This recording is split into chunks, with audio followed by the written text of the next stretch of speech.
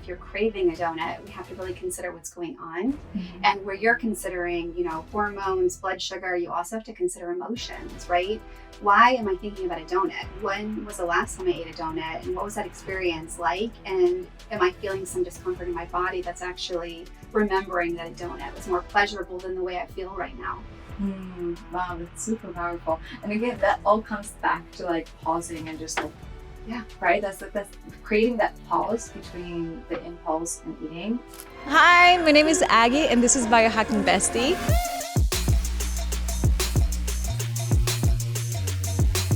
The one-stop shop for a modern queen, where you can find biohacking courses, self-growth courses, and where you can find the most incredible community of women so you can hit all of your biohacking goals and beyond. All right, my besties, we are jumping into another episode, and today my guest is the wonderful Kim Shapira, the founder of the Kim Shapira Method, and we're going to be talking everything about food and what's normal, what's not, and I already know I'm going to love this conversation just based on following you on Instagram. I'm like, wow, we have so many similar things that we're sharing. So welcome. Thank you. I'm so excited to have this conversation as well. Let's do it. Yeah. So I think right before we started filming, we started a conversation about actually portion control.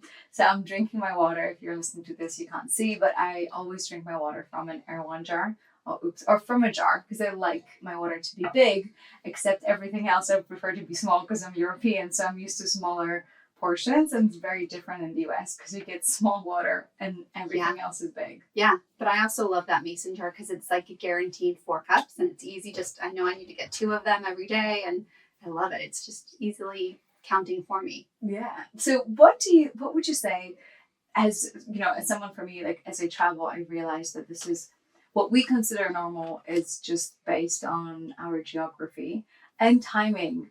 It's not even like, oh, in America, this is what we used to always eat or live. Not even like 100 years ago. So it's constantly evolving and changing. A lot of times we were so married to our breakfast, or we feel like this is the right way to do things or to eat things.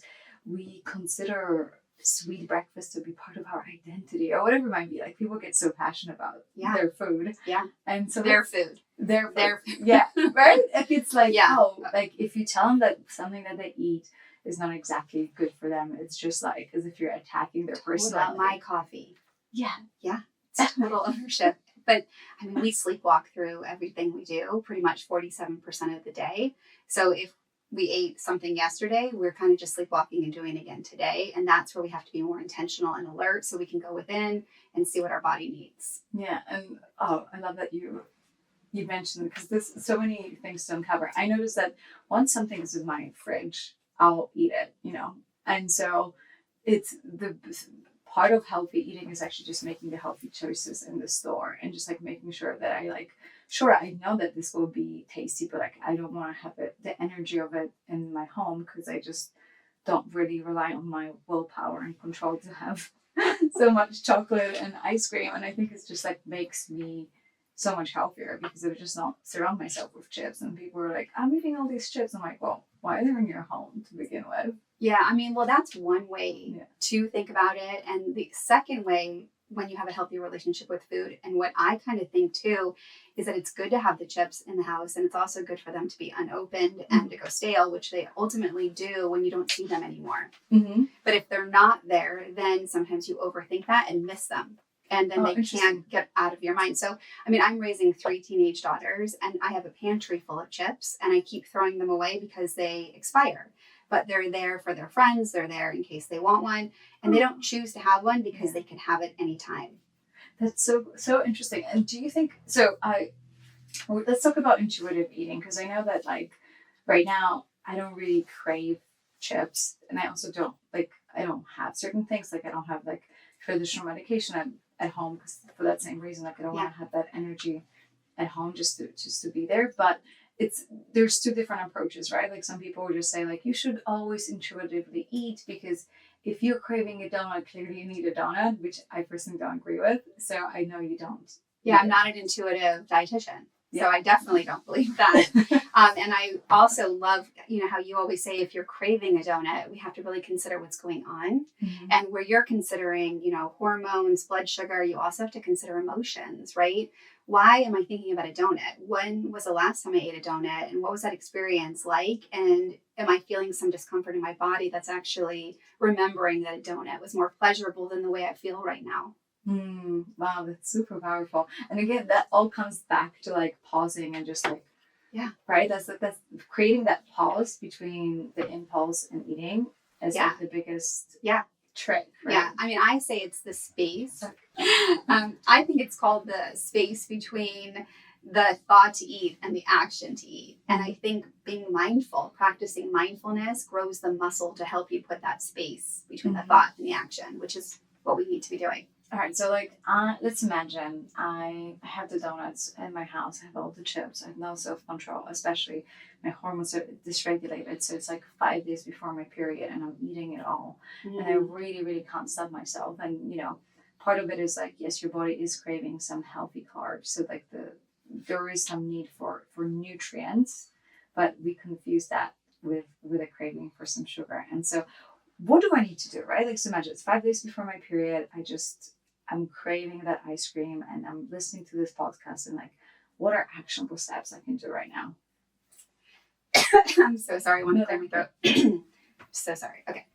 I think that's actually a hot mess, right? That's to be a woman and to go through these hormonal changes, every day we're somebody different. We're experiencing something new at every stage of our life. It's very fascinating. I think you have to think, what do I want to feel like tomorrow? How do I want to feel at the end of this week? And then kind of position yourself to, I'm thinking about this donut. I know that I am PMSing and my hormones are all over the place. What does my body really need right now?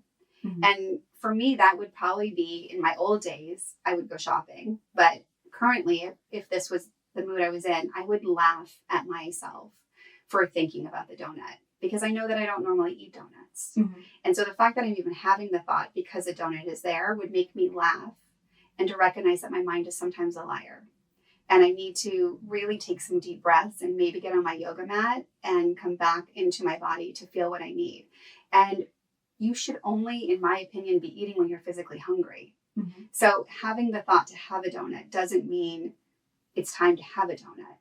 And recognizing you can put that donut on hold for when you feel hungry is the first step that I would take.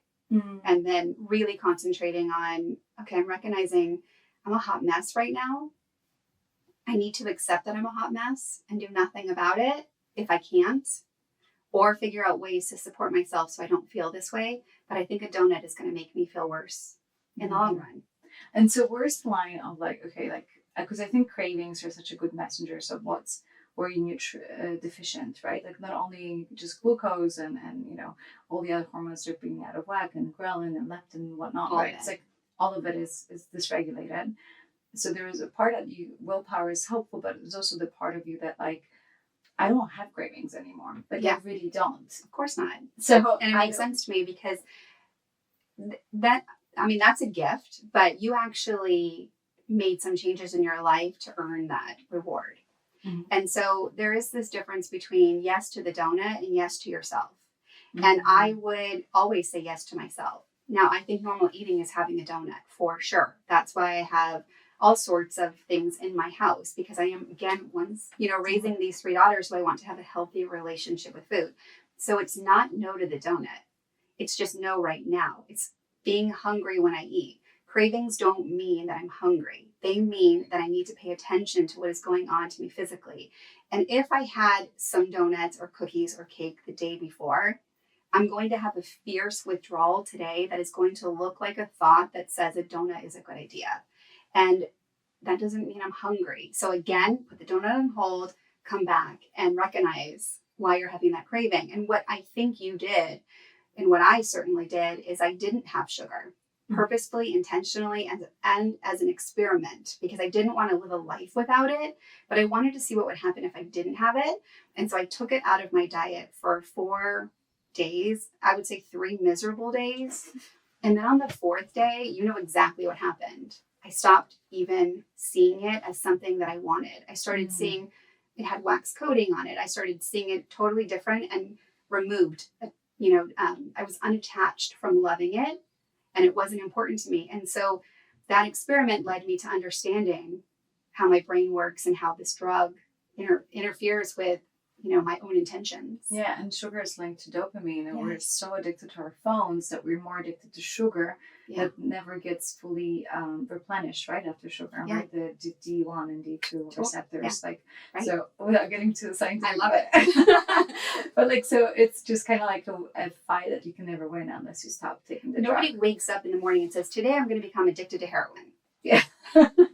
And it's the same with sugar. We Yeah. eat a cookie not thinking that it's going to have a fierce reaction on us tomorrow, but it is. And we're so unaware of it unless we're laughing at the thought that I'm having a cookie when I randomly don't have cookies at this time of day. Yeah, and so I always when I do coaching for women, I always said you can have anything you want, but not from a place of craving, but from the place I just want to have it. If you're craving that food, they're very different biological responses that happen in your body because you all of that is happening versus I really just want it, and then it's not as addictive behavior, and there's no guilt and shame after it. Yeah. Versus if I'm craving, so I call it the carrot test. So, would you have carrot right now? I call it the banana test. Oh, there you go. So if you if you say, oh my God, I'm really craving X, Y, and Z, I'm like, but would I have a carrot? And the answer is no. I'm like, that's a craving. But if I would have a carrot, I'm like, oh no, I'm hungry. I love this. And so I would have, if I really crave a donut or right before my period, I'm like, okay, I'm going to get myself some healthy protein, some fiber for myself. And if I still crave a donut or whatever it might be, I'll have it, but I'll just make sure that my body is full of the right things that she actually needs, right? Like good quality carbs. And a lot of times it's really just women not eating enough protein, not eating enough good quality carbs. And the carbs are highly processed. And so they're on this constant roller coaster of 3 p.m. I need my sugar. I need my because that's the funny thing. I think I was a pre-diabetic vegan that never had donuts. So when I went to a doctor, he's like, oh, you're pre-diabetic. I'm like, no, I don't eat sugar. And so I was like, this is not possible. I thought diabetes is from sugar. And the more I'm learning, it's actually from highly processed carbs. Yeah. From breads, from white flour, from oat milk lattes and whatnot. So it was just really shocking for me to realize that it's actually you don't have to be eating a lot of sugar to be addicted to even right. I love that we have the two similar tests, but it's very true. I always find that about Coca-Cola. I never drink Coca-Cola. The one time you have a sip, what do you think about the next day? That you feel like having Coca-Cola. Yeah, it's true. But when you don't have it, it doesn't even cross your mind. It's true. As an option. I know. It's true. People are so funny, but I think being intentional and alert. I mean, you talk about willpower, and I think willpower is we don't have, it runs out. Mm-hmm. And so we have such short-term memories. It's really important to be postured and focus on inner power, right? To recognize we have everything we need inside of us, to focus on what is my body telling me right now? Yeah, which is not how we are raised in the Western world. So I'm very much into acupuncture.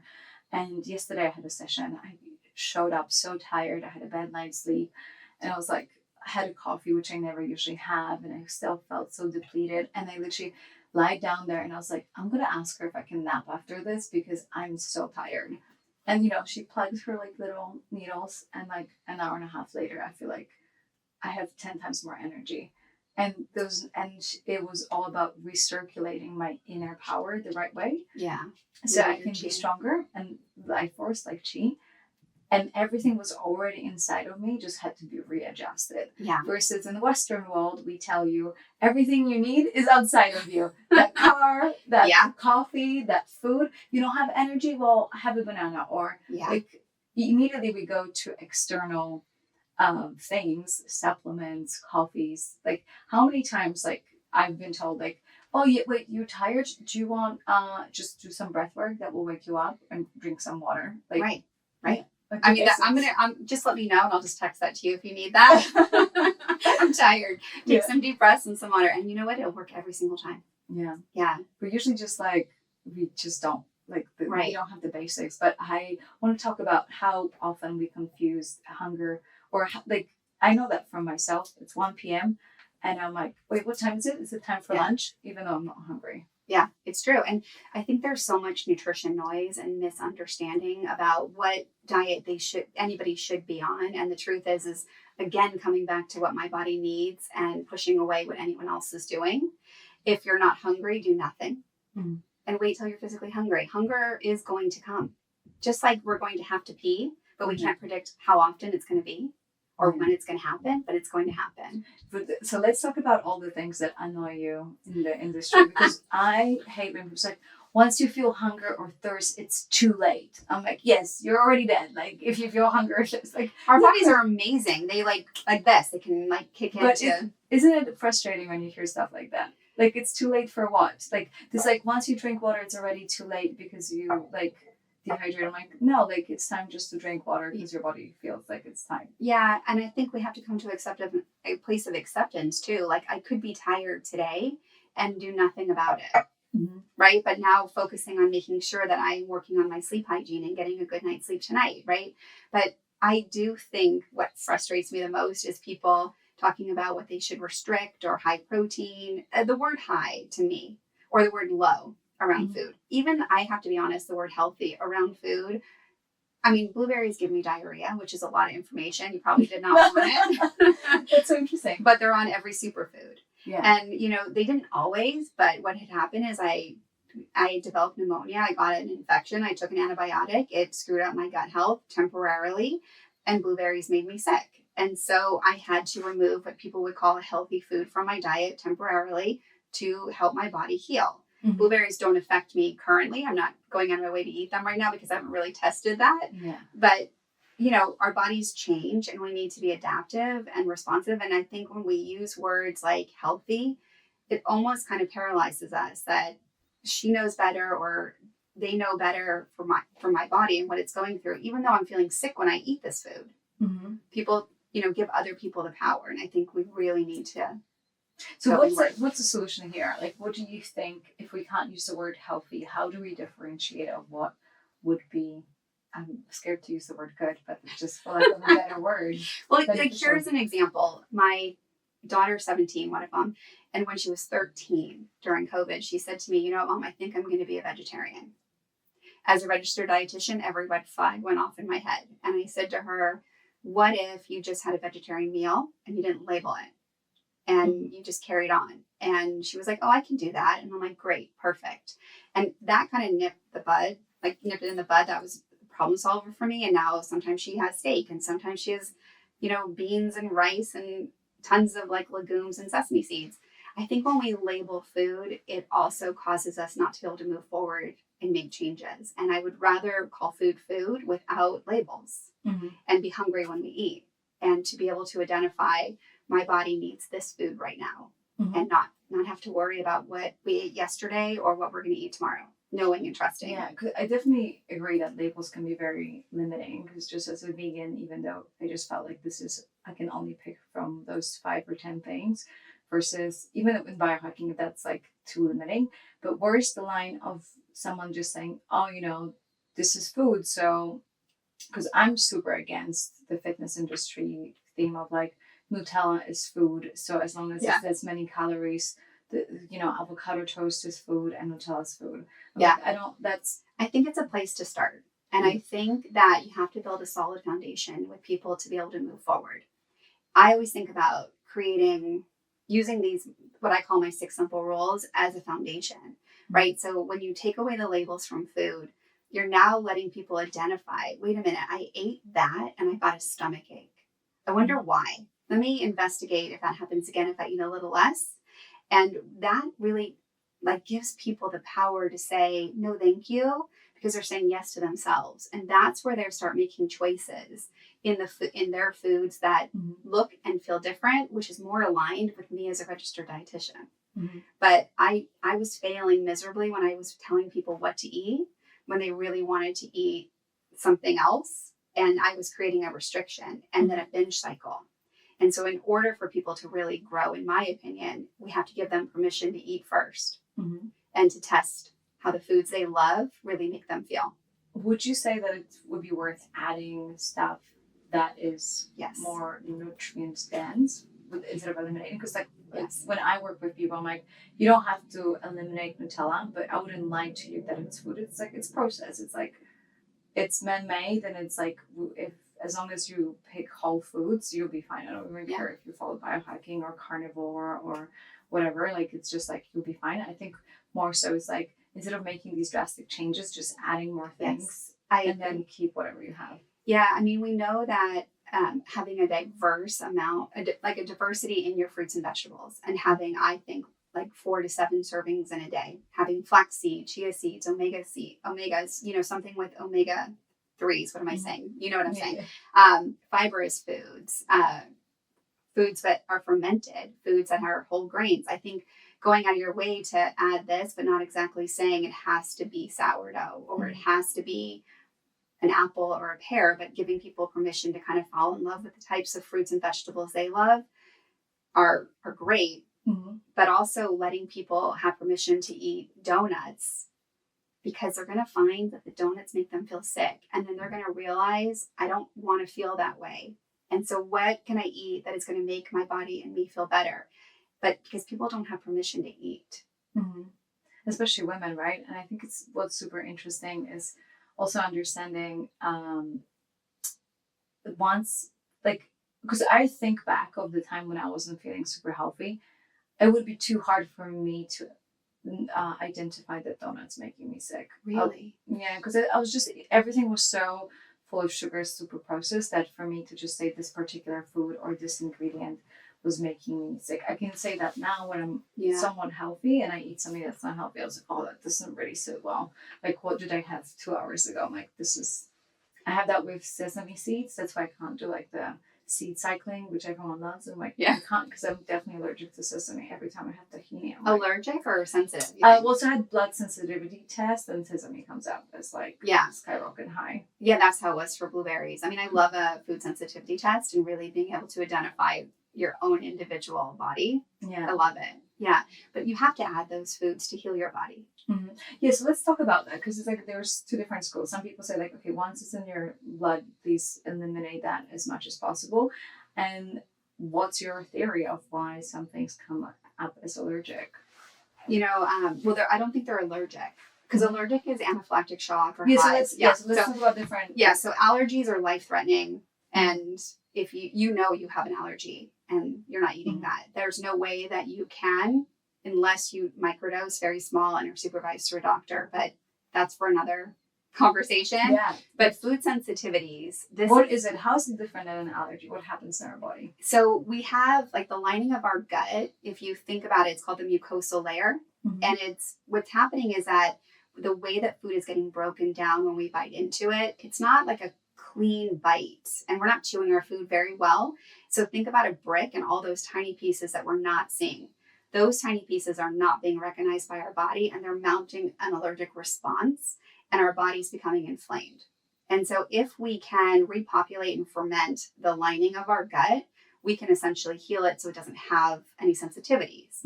And we can develop a sensitivity out of nowhere because suddenly we're stressed. Maybe we even moved and our microbiome system changed. We could have been on antibiotics. So any of these things could have triggered this. I also feel like, sorry to interrupt, but I think also when you have something very, like a lot for me, it was eggs, they come up as a sensitivity. Yeah. It's almost like, we like, oh, this is good. Like we have a lot of it, and then I mean, that's what people are speculating, and I'm not entirely sure about that. Maybe I will say on my list, I had peas and beef, and I have not eaten beef almost my entire life. Oh. And if you were to put a pea on my plate, I'm going to throw like a very big temper tantrum. Like I will not eat peas my whole life. Wow. And they were both on mine. So, you know, that's kind of interesting too. Maybe I was intuitive with that. Who knows? Yeah. But there's, like you said, there's 2 ways to think. I personally think eliminate them for a couple weeks and then slowly add them back after you've added all those other things to heal your gut. But if you're coming from like a disordered background and that makes you feel restricted, you've already survived the symptoms. You know how it's going to make you feel. So eat them, but also go out of your way to have a variety of fruits and vegetables, the fermented food, the whole grains, the fiber, and the probiotic. Wow. So what would be the super simple way for us to rebuild the gut and the lining? Yeah. So it would definitely be like 4 to 7 fruits and vegetables, and I would do heavier vegetables, and I would do a probiotic, like at least. Any specific that you like, or? Are we naming names? Yeah, we can name names. Why not? How about this? Look for one that has at least 5 or 7 different live organisms. Mm-hmm. Okay. Yeah. Or you can do it yogurt. You can add fermented food. You can add Jerusalem artichokes or mushrooms, sauerkraut, things like that. Then you definitely want to add omega-3s. Mm-hmm. So what happens is the lining of your gut, it's the width of a tennis court, and every inch of it has a job, and food should travel down about 1 millimeter an hour. So it's giving you a 24-hour transit time. So you have gut issues if you're constipated, if you're having diarrhea, if you're, bloated, nauseous, having airy gas or smelly gas, if your stomach's making noise, then these are all reasons why you really need to focus on adding those foods to heal your gut. Mm-hmm. And what happens is, I always think about it like a cardboard, between the paper towel holder has a cardboard Mm-hmm. in between. I think the inside of that paper towel holder is the inside of your gut. And then where the paper towels, that's like your bloodstream and your organs. And our lining of our gut is like as thin as that cardboard, but it has 3 layers. It has the mucosa layer, which is the inside, that it has the tight junctions, and then it has the endothelial carpet on the outside. And when we damage the mucosa layer, it makes those tight junctions leaky. And so things go from inside to outside, which is your bloodstream. Mm-hmm. I said that a little wrong, but yeah, I know what you mean. Yeah, basically leaky gut. Right? And we want to protect that endothelial carpet more than anything. Yeah. But so my question to you is, like, someone's like, oh my God, it sounds like I have food sensitivities. I don't really feel bloated, or I have constipation. So listening, I'm just going to get a probiotic, get sauerkraut, and eat fruit and vegetables, and not getting any better, because the chances are they might have SIBO, for example. Sure. Right? So like, what do we do? Is it worth just testing for everything first? Yeah, so SIBO, you can do a breath test to see if you have it. But there's also SIFO, which is really, people don't talk about a lot, but it's small intestine fungal overgrowth. And you can... That's IMO as well, right? Like the intestinal methane overgrowth. Exactly. Yeah. And so you can do a bunch of different tests. You can talk to, a specialist in this, but it's really rebalancing your pH balance in your stomach. Mm-hmm. And constipation, everybody needs to pay attention. If they're not going to the bathroom regularly, your body is speaking to you. And it means that you're eating foods that are not loving you back. And this is what I mean. So really paying attention to the foods you're eating and saying, okay, so I'm getting constipated here. What can I do? Or what can I change to heal my body? And really, we should be going to the bathroom every single day at exactly the same time. We should not have any gas. We should not feel bloated. We shouldn't have any of those GI symptoms. We should be one and done, long one, S-shaped silent sinker. And it should be an easy wipe if that's too much information. No, I think it's great. And also diarrhea, right? Because it's like, that's also not, it could be a sign of SIBO, right? Like, Yeah. I mean, anytime that you're having diarrhea, you're ingesting something that is not agreeing with you. And it could be also something like magnesium lotion. But your body is having some sort of situation where you need to pay attention. So if you're getting bloated, if your stomach is making noises, these are not normal symptoms. Mm-hmm. So you have to pay attention. And really, it is adjusting your pH balance, because... How do you do that? Yeah, so our stomach should be at a pH balance of 3.1, which is really, really acidic on purpose. So it breaks down food, bacteria, virus, fungus. And if we're having those symptoms, especially stomach noises, nausea, bloating, or if we're burping, or if we're having airy gas, then we know that our pH balance is most likely too alkaline. And it could be just slightly alkaline, like 3.3, 3.5.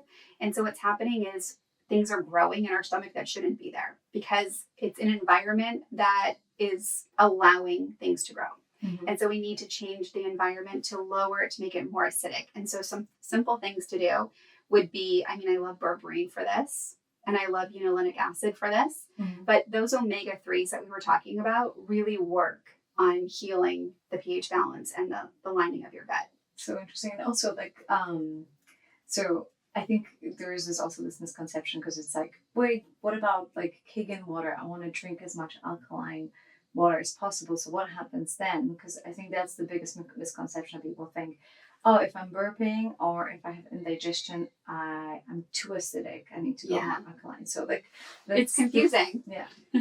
I know. And then people are taking, protonics to lower their acid even more, which actually feeds into small intestine bacterial and fungal overgrowth. So I would be very careful taking those. Yeah. So I don't even know what you asked. What did you ask? No, like, so can you explain like what aren't we supposed to kind of like eat alkaline food? And there's this big hype for alkaline water with Higgin. Do you think it's beneficial or not? And what's the difference between those? Yeah, I think that they treat different things. I do think that there is benefits to alkaline water for sure, but I think that you can become too alkaline. And so it really depends on like what you're feeling. I think that if you're starting to get heartburn or you're having burping or any of those symptoms, then you obviously need to not have alkaline water. Yeah. And but I do think that, I think people don't drink tap water either. I mean, it's bottled. We're all drinking bottled water. I mean, we should talk about the plasticides and carcinogenics and that too. It's like, it's so frustrating. Yeah. And it's like, you don't want to scare people from drinking water either. I think it's also worth maybe mentioning that if you think like you have that like burping or you feel like the indigestion's like it's also linked to your cortisol, and if you're constantly in fight or flight, your body's not going to produce stomach acid, right? Because it's not in like rest and digest. So it's like it's more complicated than we can just begin to even explain in 1 hour podcast. But it just gives you an idea that there is like it's so beautifully orchestrated, and it's like it's so good for you to A, educate yourself because it's fun, and then B, work with a professional because it's like looking back now, I'm like, well, there's so many things that I didn't know, and I think sometimes it's important to have a general understanding so you can go to a doctor's office and be fully aware of what's going on. Yeah, and I would also acknowledge that we're all pretty stressed. Like we're not in an environment where everything is calm and easygoing. I mean, we just all went through COVID, coming out of COVID, right? There's just chronic stress. And so being aware that we need to put in practices to help our bodies thrive. So that's the support we need to give it, which is through, I think, mindfulness and meditation. Yeah. Okay. So when I want to go back to like diets and kind of like women and go back to like PCOS, endometriosis, and how different conditions that we might not be aware of can have a big impact on how our relationship with food and what would be like the best way to navigate when it comes to, eat when you're hungry or intuitive eating or whatnot. Yeah. So I think that almost any metabolic dysregulation can be fixed. I think everything is reversible. 100%. I think almost everything is reversible. So keep that in mind. Eating when you're hungry is really going to be able to determine what your body fat status is, if you're metabolically active, and if you exercise, right? So we want to be hungry. We don't want to stay hungry. And that's really important to say that like there is this like fine line of like little hunger is good. Even I say to my clients, like if you feel hungry, go for a 10-minute walk if you can to like boost all the thing and then actually eat. It's not, this is not an exercise in like eating disorder. Right. If you are hungry and you ignore it, you're actually causing more stress in your body, which raises your cortisol levels. If you, if you undereat, you're actually stressing your body and causing cortisols. If you overeat, you're stressing your body and causing cortisols, your high cortisol. So that's why I always say focus on when you're hungry and take your normal portion and cut it in half. And this works for every disease state because it's a fail safe that we won't be overeating. So when we talk about like PCOS or endometriosis or just hormonal health, and you talk about the connection to triglycerides or androgen. What am I trying to say? All those angry hormones. I lost the word. What happens is we're taxing our body and our body is becoming insulin resistant. And what that actually means is that it's covering, we have 100 trillion cells in our body, and insulin works as a key to let everything into the cell.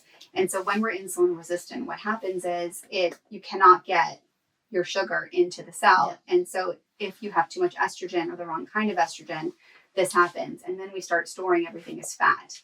And so just by changing the way you're eating or eating the amount you need makes this better, heals this. Mm-hmm. So we have lots of different types of estrogen. I think there's 5 different types, and we have lots of ways that it can get stuck in our body. And I think somebody explained it, I have to remember who, they explained it as it's like turning a faucet on. So the water is coming through the faucet, it's going out the faucet, and then it can fill up the sink, and then it can go down the drain, and then it can go into the sewer. So there's lots of places in our bodies that it can actually get stuck in.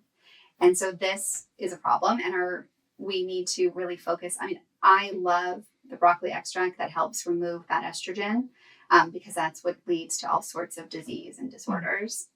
Yeah. Beautiful. So it's like, what's, I think the biggest message with biohacking and with health in general, wellness, is that it's like everything is in moderation. Like we often in the Western medicine, if something is good, I'm going to make a dose of it. Like if my estrogen makes me more like, more energetic and more beautiful and whatnot, well, I should have a lot of it. Well, it turns out the excess estrogen is even worse. Yeah. So it's all about, same with progesterone, same with glucose. Like you can have too little sugar or too much sugar. Both are really, really dangerous. And same with cortisol, this whole hype of like, lower your cortisol. I'm like, what if your cortisol is in the norm and you don't want to lower it? Cortisol is epic. It wakes us up. Yeah. It wakes us up. Yeah, you want cortisol, trust me. If you have adrenal fatigue and no cortisol, it's probably even worse. Right. So it's like, I don't know which one I would pick. So like, it's all about finding the balance, and being able to remove the excess estrogen from your body is equally as important as like making sure that you support your estrogen through the right diet. Right? Yeah. Yeah. I mean, if we take our lives and we split them into thirds, we have different levels of estrogen at each one of these periods, and we're going to have to adapt and support as needed. Yeah, beautiful.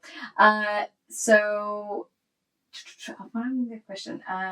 You said something before saying that obsessing over health is not wellness, which I love. I think in my book I actually say something similar, that it's like it's no longer wellness if it's stressing you out. Yeah. Because it's like the point of wellness. It's like this more holistic approach to like just really feeling good in your body. And so what that I'm eating all these Air-1 salads if I'm like miserable and stressed? Right. I'm not feeling good. I mean, in order to be well, we have to be moving forward and accepting everything. And I always talk about a wellness wheel. And so it's being connected to all the things that are important to you, whether it's your spirituality, your finances, your adventure, your physical body, right? There's all these different places. And anytime one of them is off, we become unwell. Mm-hmm. Yeah. Which is not very much how the Western medicine is approaching things, right? They look at you at like specific organ without actually helping. If you have probably worked with a lot of people with eating disorders, and so there is the under eating. There is anorexia, for example. There is an overeating, or like a form of indulgence, and there's also orthorexia, which is like being obsessed about eating too healthy. So walk us through like what are the different options, which one's like the most dangerous, and how can we help ourselves heal from them? Oh, I think they're all dangerous, and all they're all just different. They're representing different things. So like a bulimic person who may overeat or purge, throw up their food, who overeats and also may throw up, they're typically somebody who needs a lot of everything, and it's an opportunity for them to find new adventures in their life, I think, and new hobbies, because they're overthinking about food and their connection to food. Anorexic is somebody who really typically doesn't need anything, including food and love. And that's an opportunity for them to connect even more on a deeper level. And then obsessing about your food, your weight, and your diet, I mean, that's going to really take away from everything in your life. So I think all these are opportunities for you to, again, find joy in the journey. Mm-hmm. Really. So what would be like actionable steps if like someone's listening to this and they're like, okay, I'm trying to follow the meal plan and the workout plan. I'm doing everything right. And that's why I'm not a big fan of counting macros and calories, because it's just like you're constantly like counting your food. And it's like, overthinking it for sure. Yeah. So how do I break out of that loop? If I was like, I'm listening and I'm just feeling like, I know it sounds silly, but I think I would start with a gratitude practice. I think I would think of a gratitude practice in terms of abundance and really recognizing I have everything I need inside of me and how much oxygen and air, and really concentrating. I mean, I think it does come down to meditation. Mm-hmm. And I love a meditation where you can become the observer. So, for instance, like just closing your eyes and finding the space between your eyes. Mm-hmm. And then I like to illuminate that space with like a bright healing light, but then taking yourself and turning yourself so you can now face your whole self and you're outside of your body, and then actually seeing your brain, Mm-hmm. seeing your heart, and seeing all of your organs and how beautifully, you know, the magic is and how it's so amazing and what it's doing for you. I mean, there's 60 miles of blood vessels inside of your body. It's amazing.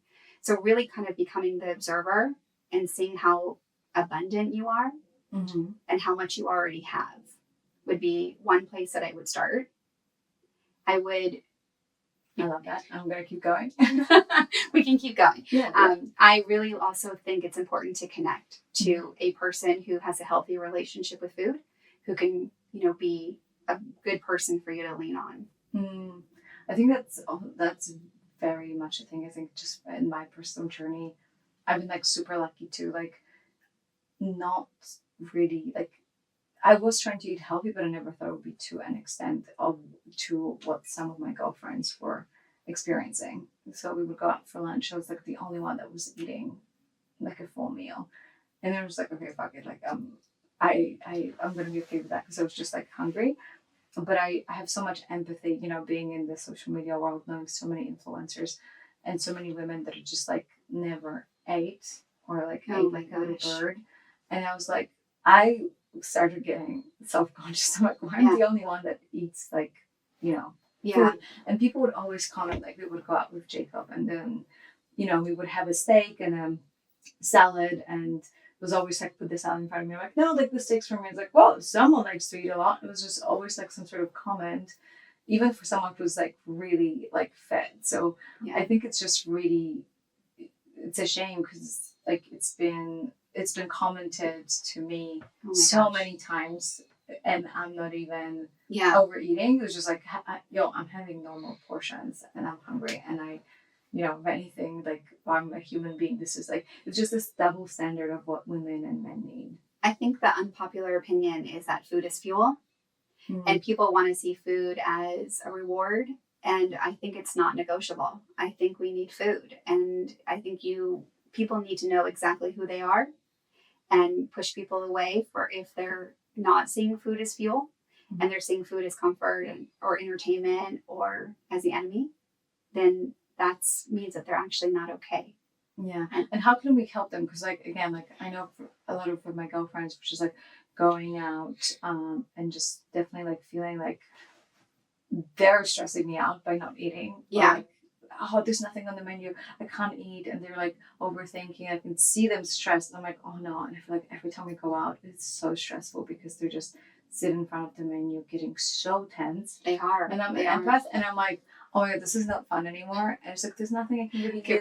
We need to work on your boundaries and your energy and sealing you off. Yeah. And then just like, you don't want to write off a friend just because they have an eating disorder, not. right? Like, how can you support them? Because I'm like, I've 100%. just been like, I was like, oh, I cannot go out with you for dinner. Right. It's just like, it's miserable. Yeah, no, I think you don't go out for dinner with them, but I do think you do activities with them. You know, that might be better for them, like yoga or walking or just like coffee or not coffee, but tea even, where you're meeting them halfway. Yeah. Because they haven't actually approached you. They haven't said, this stresses me out. But I will tell you, with all the clients that I work with, the meetings that they have, the drinks meetings that they have, or the dinners, they don't want to be there. They don't want to eat that food. And they're stressed about it. And I often say, you know, I have lots of clients who are recovering alcoholics or recovered alcoholics, and they have absolutely no problem going into a bar with a friend and not ordering an alcoholic drink. That's posturing. That's knowing exactly who they are, right? Mm-hmm. And so I think first... I mean, I don't drink, and I go out with people that drink all the time. It's not a trigger. It's not a trigger, right. Yeah. But for people who don't want to go to a drink because they don't want to drink, but they feel that they're supposed to be drinking, it's so bad. And it's the same thing with food. There's so much pressure around food. And I think people need to take a deep breath, and they have to know exactly who they are. Well, because it's like at the same time, I'm like, it's isn't it good for them to see healthy examples of women eating normal food? I 100% think that Right. it's a great example, but if it's triggering for them, then they're actually irrational. Mm-hmm. And so they have to be able to take a deep breath and get from one side of their brain to the next so they can remember, oh, food is fuel. My body needs fuel. Yeah. And it's okay to like, because I know like a lot of girlfriends I go out with, like look at the menu, like nothing here is quote unquote healthy because Sure. oh, this probably has oil or this has this or this has that. And just like, they just get so stressed. I'm like, your cortisol is high. Like, doesn't matter what you eat, you're screwed. Right. Like, just like enjoy it. So like coming from a place, I'm like, okay, yes, I'm going to a restaurant knowing that, but it's never going to be as healthy possibly than what I have at home. 100%. I'm going to be okay. So let's just, I call that normal eating. yeah. Right? Because that's what we need to be doing is having normal eating. But you're right, the cortisol levels are so high. And so what actually happens is they jumped out of their bodies and they're not even in the moment having fun and experiencing the moment in the way that you really want them to. So how do I support a friend like that? Like, what do I say to them? Like, it's very clear for me that every time we go out for dinner, it's just like absolutely miserable. And I just feel like I would like for them to like step into their power instead of just being, you know. Yeah. So I would ask their permission. I would say, are you comfortable having dinner with me? Is this something that you're looking forward to, or is this causing you stress? You know, it's interesting. I don't pray before my meal. I kind of want to start looking at my food and thinking, and I don't do that enough, and I should. But I think taking a moment, again, with gratitude really changes our neural pathways. I do gratitude in restaurants. Like, I could give no fucks. Yeah. And so what if you had your friends do that as well? There's something I like to do, and like, you know, just to say, where is my body right here? Where is my mind? And even asking your friend where their mind is, making sure their mind is here. Because probably 9 times out of 10, it's on what the scale is going to tell them. Yeah, that's super powerful. I just have so much empathy. Like, I think this is like, you know, we're talking about patriarchy and women not making enough money and those societies keeping women small. And I think the number one way that society is keeping women small is making them obsessed about their weight. So 90% of what's occupying your mind is how hot you look and what you're eating. And I'm like, it's such a waste. Don't you want to live life? And it's just like, eat, get over it. And in my book, I get this like old proverb where like the 2 monks that are trying to cross the river and they come across a woman. Do you know that? No, tell me. No. There are 2 monks and there's a woman and she was trying to cross the river and they're not allowed to touch women. So the older monk just picks her up, you know, crosses the river with her and the other one follows. And after 5 hours, the young monk says like, I cannot believe you touched her. Like we swore never to touch women. And he said, are you still carrying her? I put her down 5 hours ago. And I think it's like so true that it's like, yeah, you have that meal, then you think about that meal for an hour. I can't believe I've had it. You beat yourself up. Then you're like anticipating the next meal. And now I'm going to restrict or not going to have a meal because I already overate. And it's just like, if you actually looked at in the 24-hour period, how much energy and time you put towards you're right. your food. I'm like, you can build $1 billion empire, like raise children, like instead of just spending so much. Like it's like, I think it's like the most invisible cage that we were able to put women into. It's true. It is, and it is absolutely. But our minds are meant to be trained, and we don't spend time training them. Right? We just take everything, you know, that it's saying as truth, and we operate or make all decisions from a place of fear or truth, and we need to come from a place of our own truth and not be fearful. And that means knowing where your mind is and doing the work to train it so you can be here now and see food as fuel. Yeah, and I think it's really beautiful because I kept asking you, what can I do to a friend who's stressed about food? And the truth is, unless they're ready, there's nothing I can do. But if you're that friend that's stressed about food and you're listening to this right now, and we say it's important to surround yourself with the people. I can give you an example from my own life.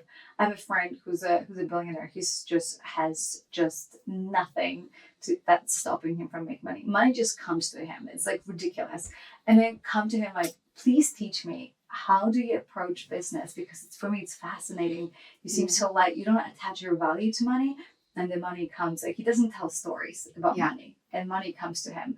And I would just say, if you feel like you're stressing about eating and you have a friend in your life who isn't, just tell him like, let's go out for dinner and teach me how does it feel? Like, just walk me through it. I want to be in your energy of someone who doesn't stress about food. Yeah. And I would say practice being in that same energy. What does it feel like? You know, and the second you start worrying, you're not here right now. Yeah. And so that's your job, to bring your mind back to this moment. Yeah, 100%. Well, so if you could only have one message to leave behind for yourself, what would be that message for a career? Oh my gosh. Well, I mean, honestly, I just want everyone to have peace around food. So I would say it's easier than you think, but it starts with, probably a deep breath. That's so beautiful. And like, I also heard a friend that he basically said that we need all that. We're so overstimulated from phones, from lights, from everything, that we need another strong stimuli, which is food, instead of just treating it as fuel, right? Just like time to actually slow down, instead of just like another thing that I want to feel. And it's like strong, like super salty, super sweet, like we want like that. It's almost like another hit. Well, the reward is actually in anticipation. I get to put that in my mouth, and the reward needs to be the food in our mouth. But we're so busy that we don't spend time alone with our food, and we think we love it, and we don't like to be alone with it. Yeah. And also we don't spend enough time preparing it, which is another really important. Like, when I cook here, it's like, so I live between here and Bali, so when I cook at home, it's like I eat very differently than when I'm just going out and I just have my food like put, placed right in front of me. Right. You're ready for it when you're cooking. Yeah. Your body's primed. Yeah. I don't know about you guys, but I actually got hungry.